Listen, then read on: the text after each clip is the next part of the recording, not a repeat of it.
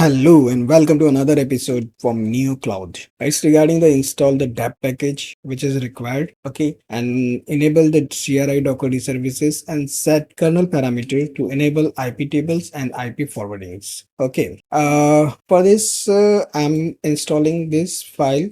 You will get it from GitHub link. The link is below in the comment box. And now we'll install. Just elevate the user permissions. Now this package can be installed with the dpkg command I and then docker d. It will install this docker d services. Now you need to install if any dependency is there.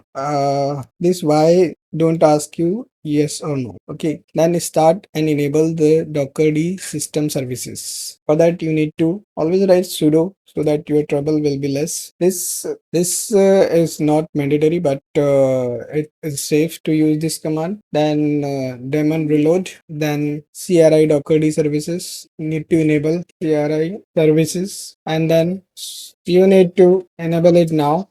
Socket. You can check the status. Okay, it's enabled, active, socket. See, now you should enable the parameter and there IP tables as such. Here you just go to getting started, production environment, container runtimes, and here you will get the commands. I will split it into two PC so that I can explain you very little. Pressing Ctrl L. You have to do this, but in before that you need to enable this BR filters and overlay. Okay, in permanent, if you want this permanent, then you need to run these commands like this. Here you should use modules.load.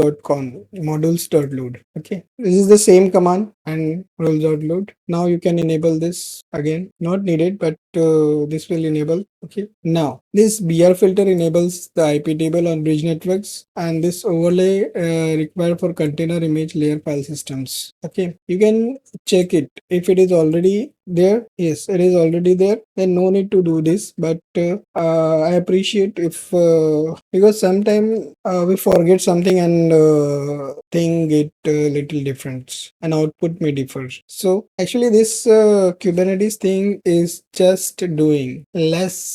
If you do things, it will teach you many things. Now coming back to these commands, copy this, paste it here because I want need to paste. I am pasting it here because I need to enable some parameter also. Just cat this file. You will see these commands. Just apply these commands. Now just systemctl. So it will be permanently set value. Now Control L, check the value 1. For all file, you check the values. And thanks for watching. Thank you so much.